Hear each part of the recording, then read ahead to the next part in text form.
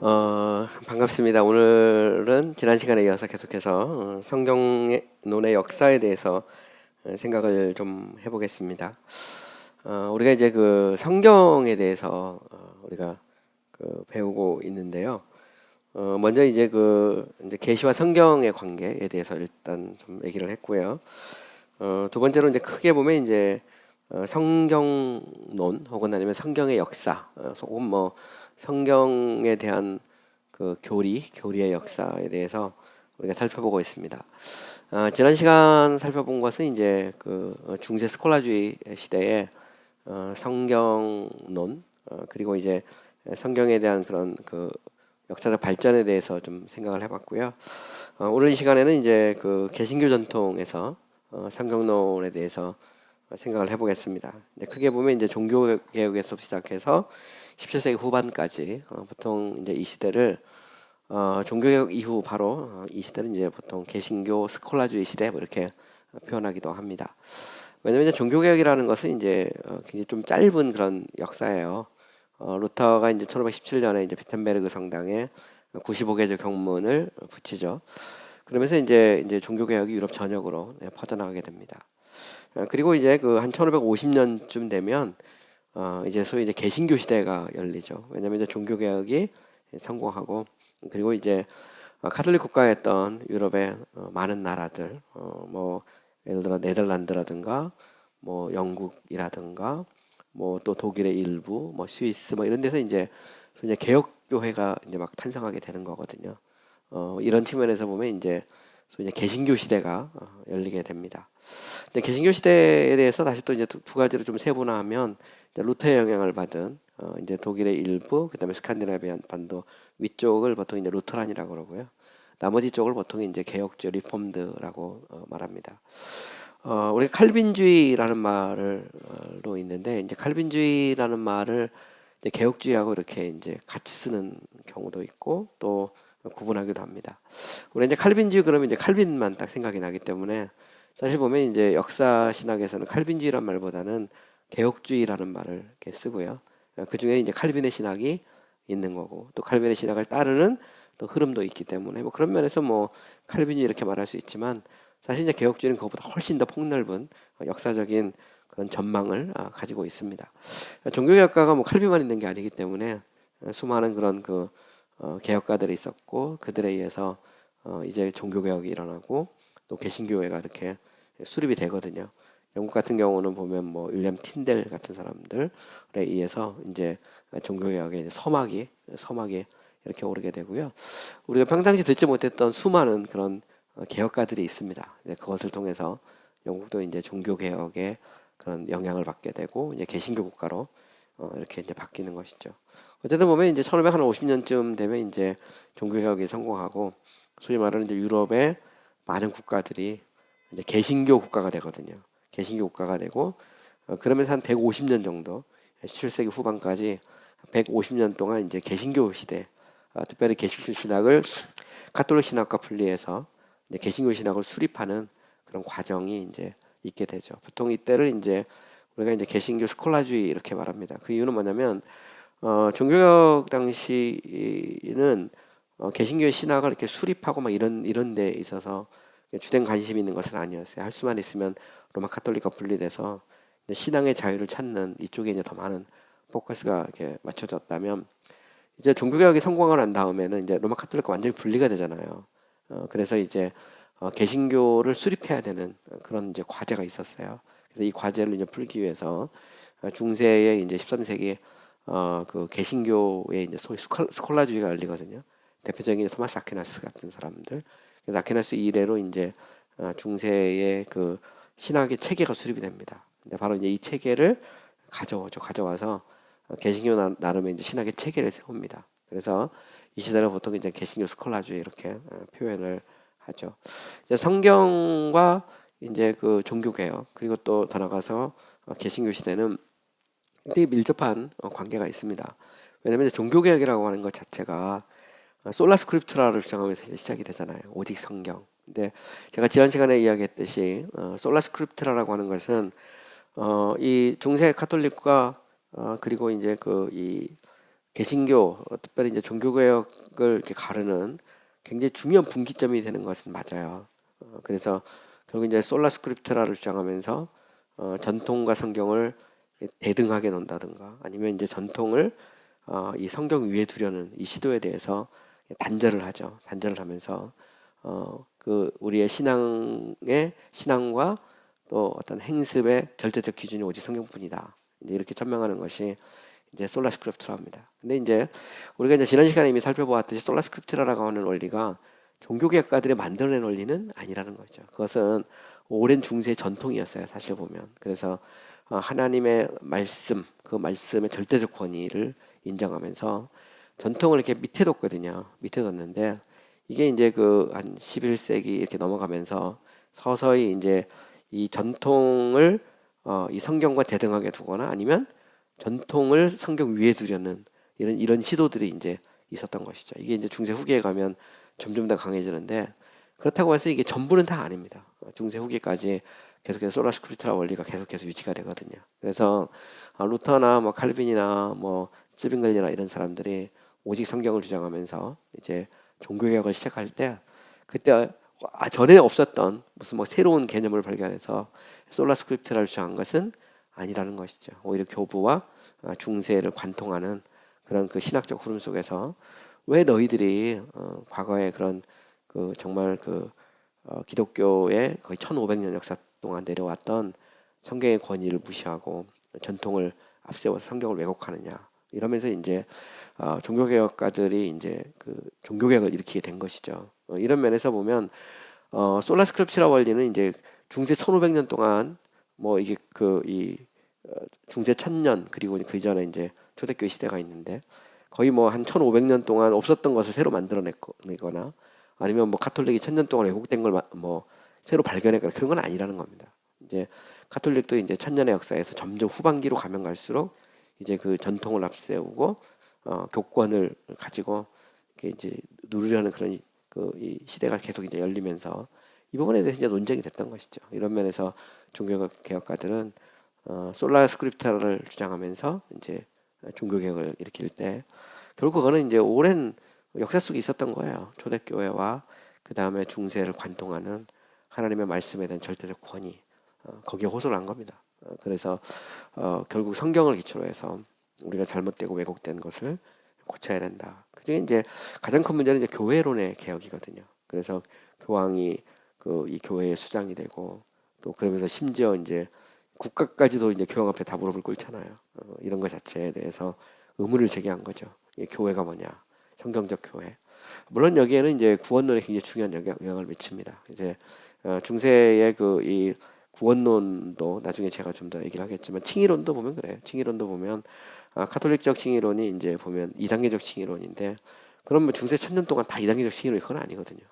이 칭의론도 나중에 가면 서서히 왜곡돼 가거든요. 왜곡돼 가는데 거기에 대해서 이제 반기를 든 거예요. 그래서 루터가 다시 성경을 보면서 오직 예수 그리스도를 믿음으로 말미암아 구원을 받는다는 진리를 발견하게 되고 그리고 이제 그것이 종교 개혁을 일으키는데 굉장히 중요한 어떤 원동력을 된 거죠. 이런 면에서는 뭐 우리가 이제 흔히 이야기하는 뭐 이신칭이라든가 솔라 스크립트라 이런 것들은 뭐 우리가 크게 알 수 있어요. 단지 이제 이것을 어떻게 이해할 것인가. 갑자기 없던 것이 중세 1000년 동안 숨겨져 있던 것이 하늘에 떨어진 것이냐 그것은 아니다라는 것을 좀 알 필요가 있습니다. 자, 이제 좀 더 나가서 이제 종교개혁가들의 성경론에 대해서 좀 정리를 좀 해봤으면 좋겠어요. 먼저 이제 그 루터와 칼빈의 유산에 대해서 우리가 좀 생각을 해봐야 되는데, 여러분 이제 그 칼빈 그러면 이제 칼빈은 이제 종교개혁으로 보면 2세대입니다.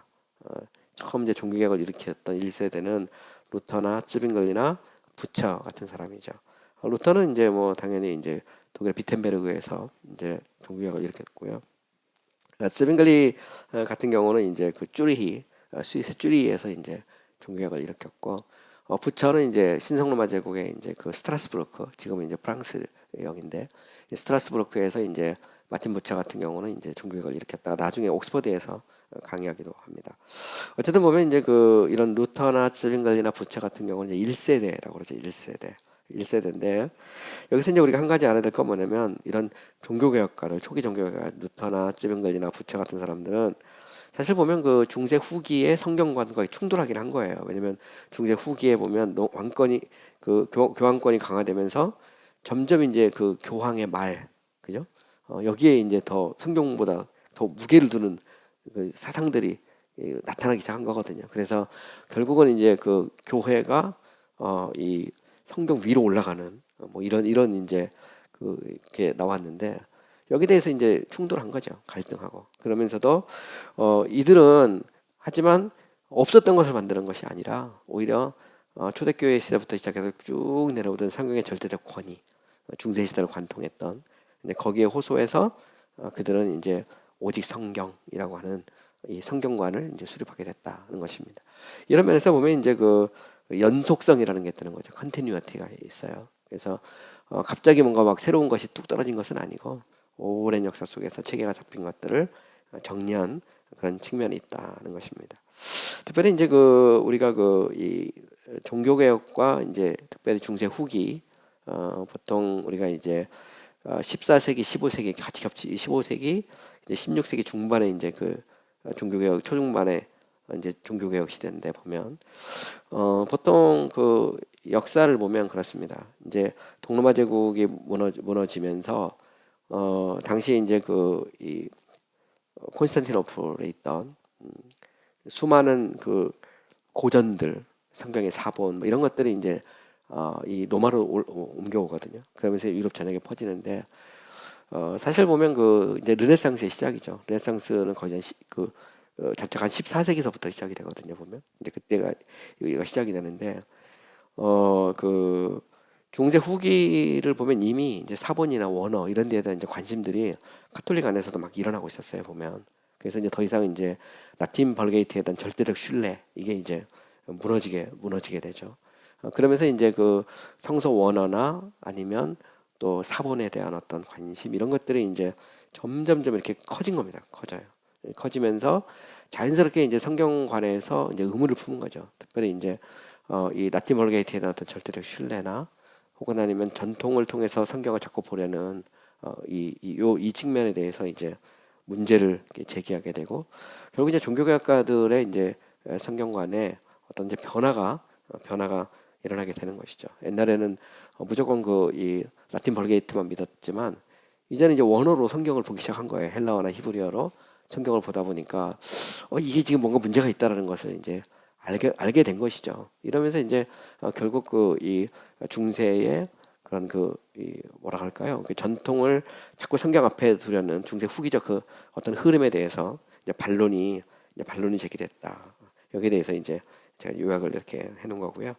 어쨌든 보면 이제 우리가 분명히 알아야 될 것은 이제 솔라 스크립트라라는 개념은 없었던 개념을 새로 만든 건 아니다. 이건 이미 있었던 것을 그 발전시키고 또 새롭게 일어나는 많은 문제들, 서기적인 문제도 있고요. 또 로마 교회가 타락하는 문제들도 있고 또 뭐 구원관 같은 데서도 또 문제가 생기고 이런 것들을 자꾸 연구하면서 보니까 원래 오랫동안 존재했던 오직 성경이라고 하는 그 원리에 이들이 더 많은 관심을 가지게 됐다는 것이죠. 그러면서 이제 결국은 이제 이런 종교개혁가들 초기 종교개혁가들의 어떤 성경관, 이 성경관은 이제 그것으로 끝나는 것이 아니라 이제 개신교 시대에도 영향을 미치게 되는 겁니다. 그 출발점이죠. 그 출발선에 서 있었다라고 하는 것을 얘기를 한 겁니다. 그러면 결국은 이거는 이제 성경의 어떤 권위 또한 성경에 대한 해석 뭐 이런 문제하고도 직접적으로 관련이 있게 됐다라는 것입니다. 특별히 이제 그 초기 종교개혁자들 뭐 루터나 스빙글이나 부처에 있어서 성경은 하나님의 영감으로 기록된 신적 권위가 있는 하나님의 말씀이죠.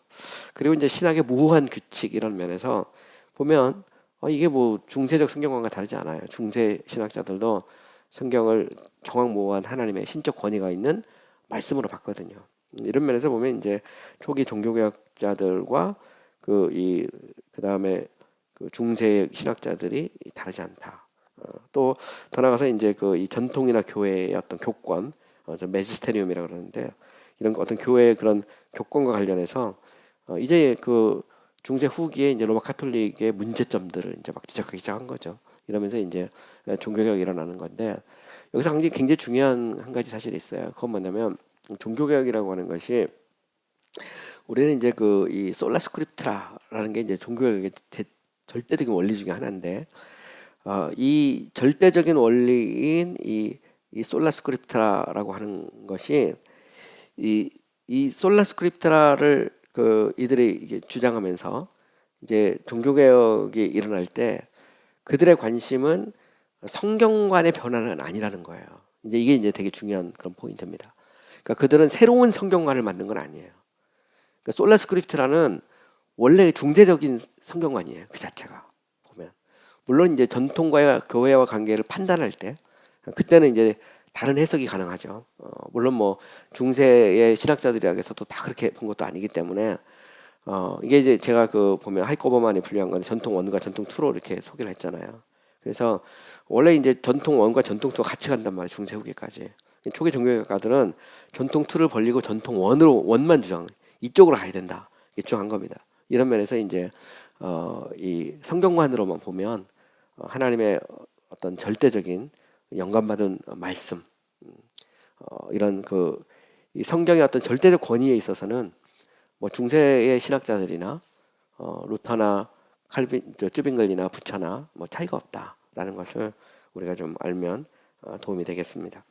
그다음에 더 나가서 이제 그 종교개혁 이후에 이제 개신교 신학이 또 있다고 했잖아요. 한 150년 정도 개신교 신학을 수립하는 그런 과정인데, 이때 이제 주요 신학 책들을 보면 이제 대부분이 이제 좀 교리적이고 신학적이고, 또 이때 이제 수많은 이제 신앙 고백서 같은 것들이 막 만들어지거든요.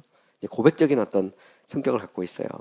이런 측면에서 보면 이제 이들은 중세 신학자들에 대한 의존도가 좀 약해요. 중세 신학에 대해서 얘기를 하더라도 종교개혁가들에 의해서 필터링이 된 그런 형태로서의 접근이 많죠. 또 이제 이제 종교개혁 시대가 끝나고 이제 후기 종교개혁으로 넘어오게 되면 문헌학적으로 보면 수많은 그런 이 성서와 관련된 그런 원어의 연구, 그다음에 사본에 대한 정리, 그다음에 그 초대 교부들의 글들, 그리고 랍비들의 문헌, 이런 것들이 다 언제가 정리가 되냐면 이게 이제 이 16세기 중반, 그러니까 종교개혁이 끝나고 개신교 시대의 신학자들이 다 정리가 돼요. 이 부분은 나중에 제가 좀 더 자세히 정리를 할 건데, 어쨌든 보면 이제 대부분이 그종 안에, 그러니까 종교개혁자들도 물론 뭐 이런 사본이나 이런 데서 알았지만 대부분의 발전은 언제 나오냐, 그 이후에 나오거든요. 그 이후에.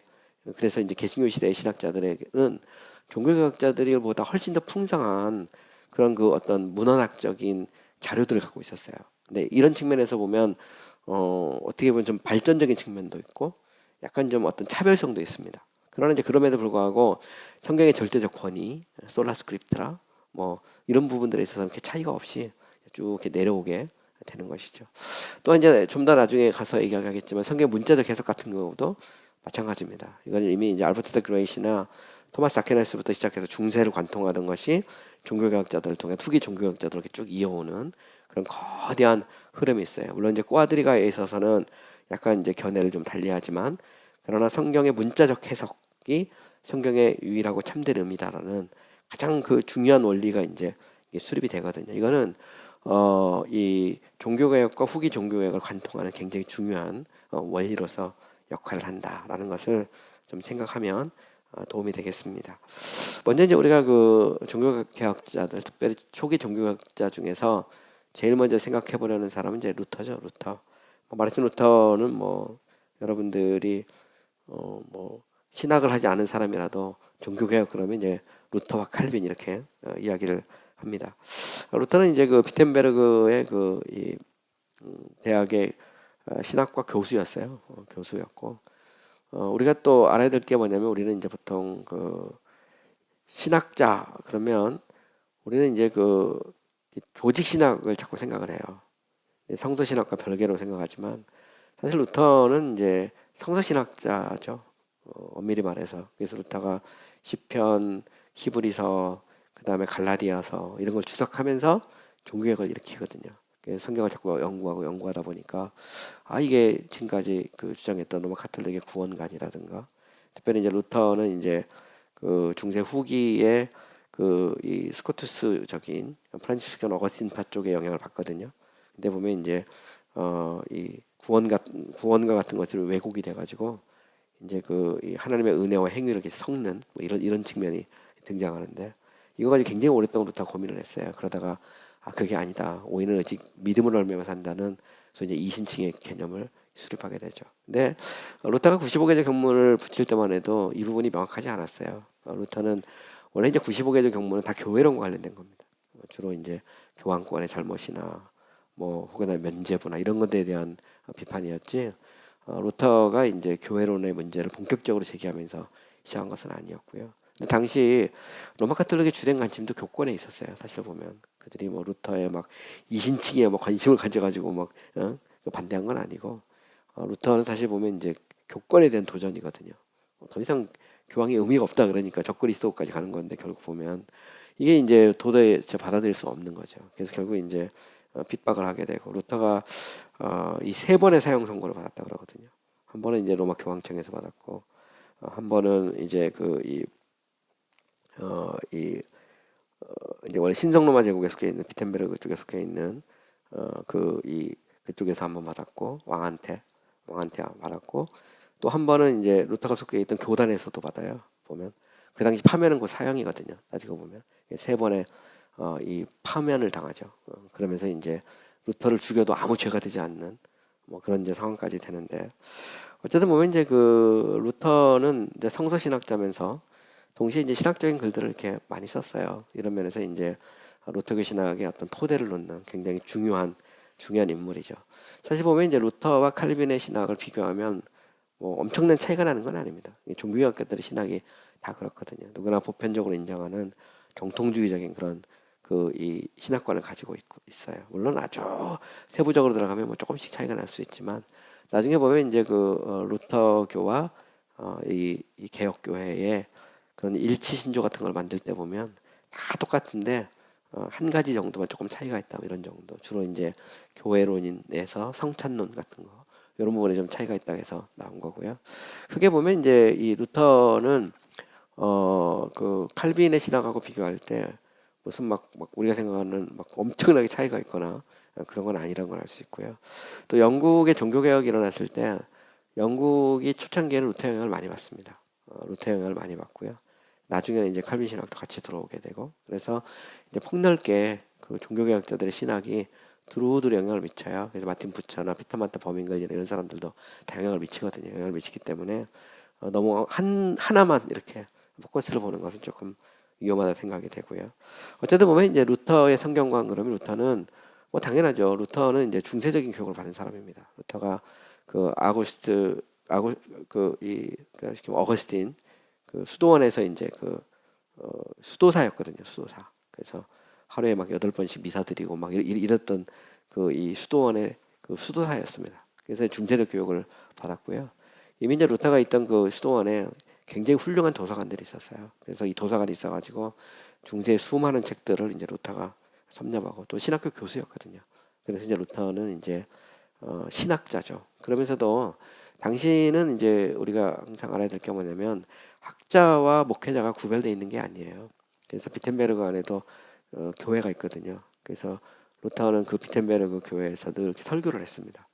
당시 보면 신학도들도 오고, 거기는 일반 비텐베르그에 있는 주민들이 다 예배를 드리는 그런 교회예요. 그 교회에서 루터가 거기에서 오랜 세월 동안 설교를 하면서 종교개혁의 어떤 지도자로서의 어떤 역할을 하게 되죠. 근데 어쨌든 이제 루터의 성경관 그러면 루터는 정확무한 오류가 없는 충분하고 권위 있는 하나님의 말씀이라는 이제 중세적인 어떤 성경관을 그대로 이제 이어받습니다. 이렇게 보면 루터의 성경관이 무슨 새로운 건 아니에요. 왜냐하면 중세에서 당연히 성경은 정확무한 하나님의 말씀이거든요. 그 자체로 충분한 전통 일에 속하는 그것을 이제 이어받죠.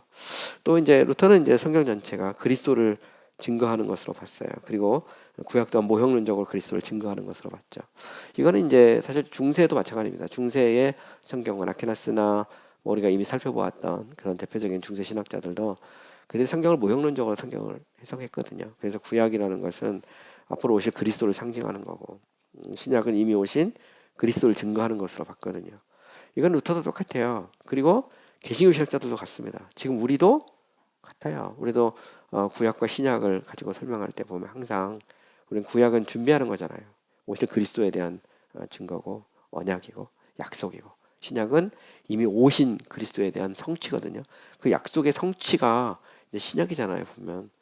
이런 면에서 보면 성서 해석에 있어서 이 언약, 올드 테스트멘트하고 뉴 테스트멘트라는 에덴역과 새 언약이란 개념은 중세적 개념이고, 더 멀리 가면 교부들의 개념이고, 이거는 종교개혁의 자들의 개념이기도 하고, 또 개신교 신학자들, 더 나가서 오늘 복음주의적인 교단에 속해 있는 교회의 해석이기도 합니다. 그래서 뭐 저도 이번 주에도 설교를 했지만 계속 얘기를 하거든요. 구약과 신약에 대해서. 특별히 새 신자들이 오거나 그러면 일부러 좀씩 더 얘기해 주거든요. 그런 부분을. 그래서 성경의 중심이 그리스도다. 교회 오면 왜 십자가 교회 한가운데 있는 줄 아느냐. 예수 그리스도가 교회의 중심이기 때문이다. 우리 얘기하잖아요. 그러면 당연히 성경의 중심이 그리스도잖아요. 그러니까 루터도 역시 마찬가지입니다. 그러면 이 생각이 루터만의 생각이냐, 아퀴나스의 생각이기도 하고요.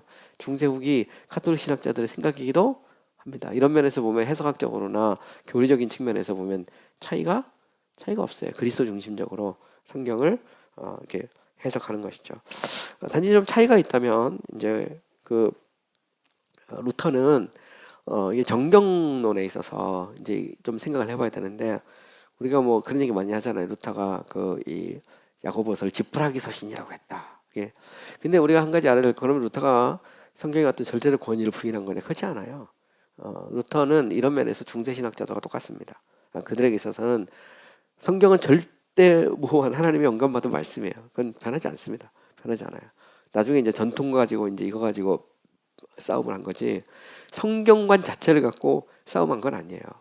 루터도 마찬가지. 이런 면에서 루터는 하나님의 말씀을 정확무한 절대적 권위가 있는 말씀으로 봤고, 그것이 신앙과 행습의 기초고 신학의 인식으로 기초라는 것을 루터는 당연히 인정했습니다. 차이가 있다면 루터는 이제 이 그리스도를 역동적이며 실천적으로 만나는 거죠. 만남. 이 만남을 루터가 이제 강조하고 있다는 거죠. 그래서 루터는 이제 이 성경을 하나님의 권위 있는 말씀으로, 또 이런 차원에서 그리스도를 유일한 말씀으로, 성경을 파생된 말씀이나 증거로 보는 신정통주의와 달랐다. 이건 되게 재밌는 말씀이죠. 자, 이건 무슨 얘기냐면, 자, 루터는 그리스도를 강조했어요. 우리가 성경 속에서 우리가 정말 성경을 통해서 그리스도를 만나야 된다. 이렇게 만남을 강조했거든요. 근데 여러분, 이제 신정통주의의 그 성경관의 특징 중에 하나는 뭐냐면, 신정통주의는 그리스도를 강조합니다. 그리고 그리스도를 유일한 말씀으로 봐요. 말씀. 그리고 성경은 그 말씀에 대한 증거로 봅니다. 증거. 이런 말에서 혹은 아니면 말씀에 대한 기록, 그죠? 그 계시에 대한 기록으로 보거든요. 이런 면에서 보면 이 신정통주의적인 성경관은 성경의 어떤 이 객관적인 권위, 이 부분에 대해서는 의문을 품습니다. 그러나 이 루터는 성경의 객관적인 권위에 대해서 의문을 품을 수가 없어요. 중세적인 세계관에서 성경은 절대 정확무호한 하나님의 말씀입니다. 이거는 그대로, 루터는 그대로 가져왔어요. 자체가 보면. 그러면서도 이게 뭐 성경이 정확무호한 하나님의 말씀이라고 하는데, 성경이 그리스도를 증거하는데 이걸 뭐 머리로만 알면 뭐하냐. 정말 역동적이며 실존적인 만남이 있어야 된다고 생각을 했거든요. 이 역동성을 강조했던 사람이 루터인데, 그럼 이거하고 신정통주의의 어떤 성경관, 그리스도관은 어떻게 다르냐 할 때, 신정통주의에서는 이제 성경의 절대적 권위를 인정하지 않거든요. 그보다는 그리스도의 만남만을 강조한단 말이죠. 똑같은 만남인 것 같아도 사실 보면 좀 차이가 있다라는 것을 여러분들이 알면 신학을 이해하는데 도움이 됩니다.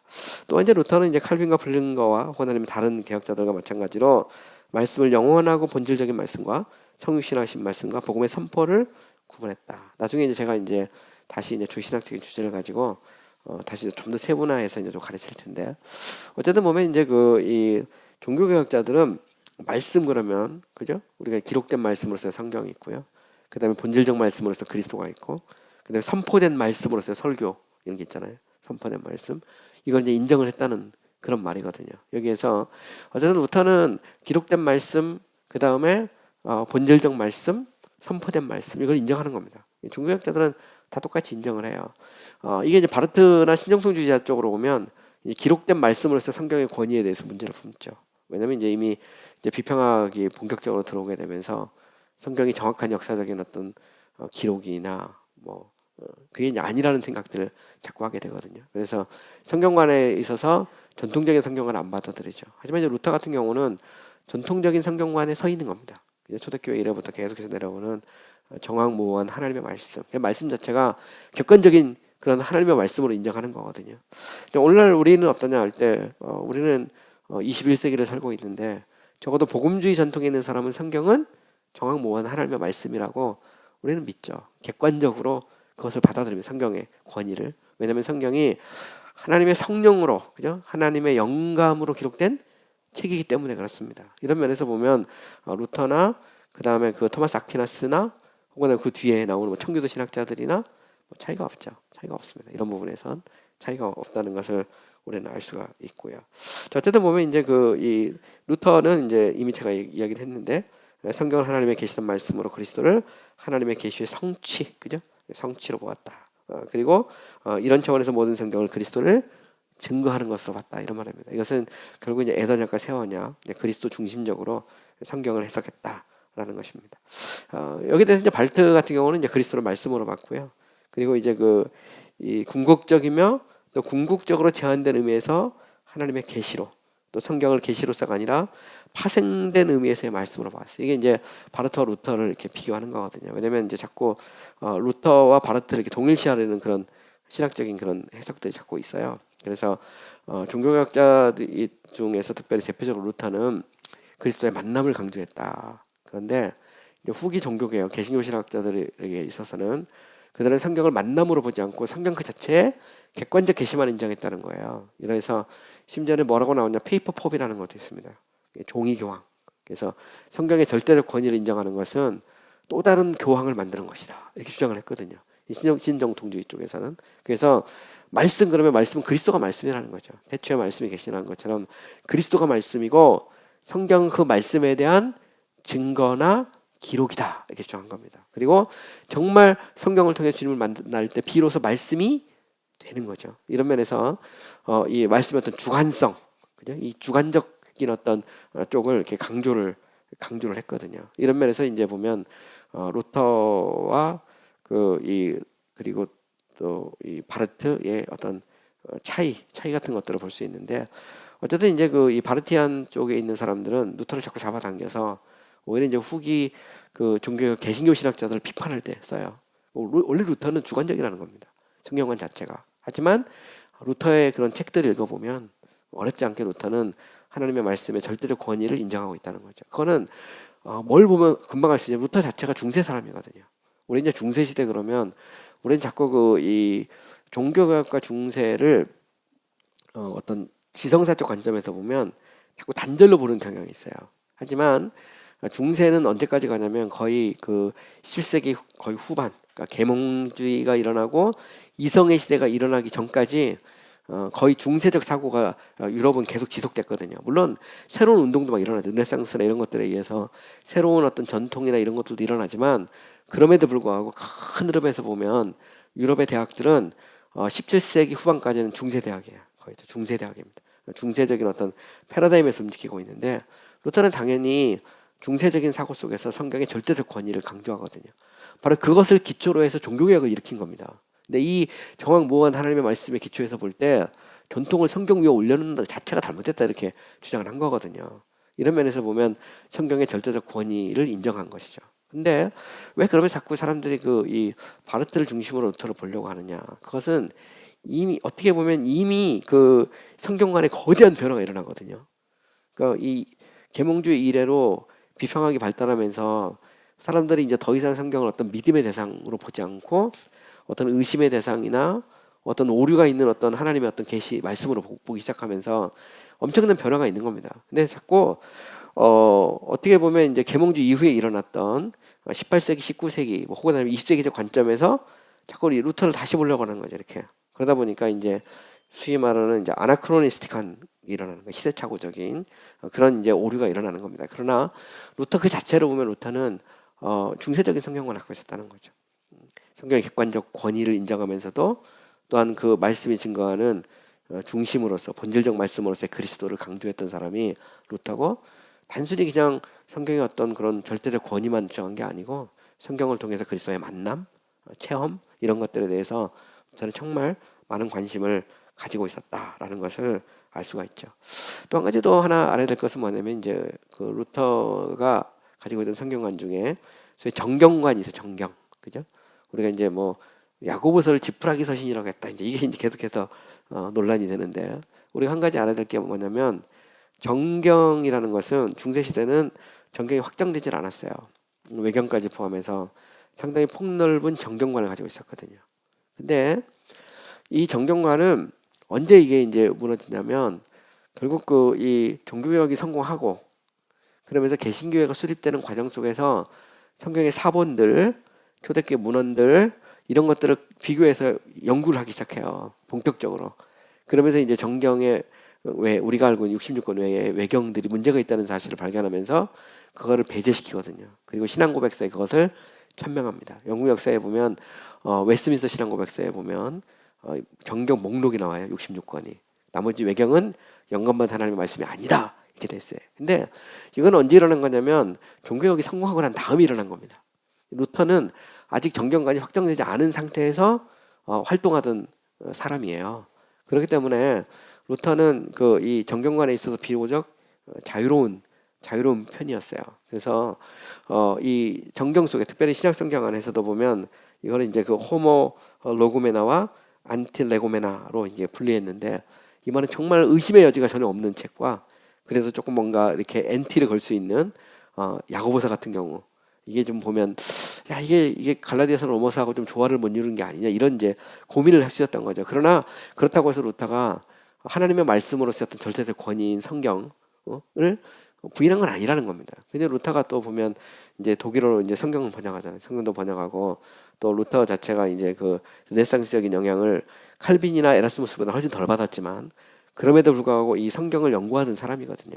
이런 면에서 루터는 다소 느슨한 존경관을 갖고 있었다. 그러나 그럼에도 불구하고 성경의 그런 어떤 객관적 측면에서의 절대적 권위, 성경의 영감 뭐 이런 것들에 있어서는 추후에 의심이 없었던 사람이 바로 루터다라고 하는 것을 알 필요가 있어요. 자, 두 번째는 이제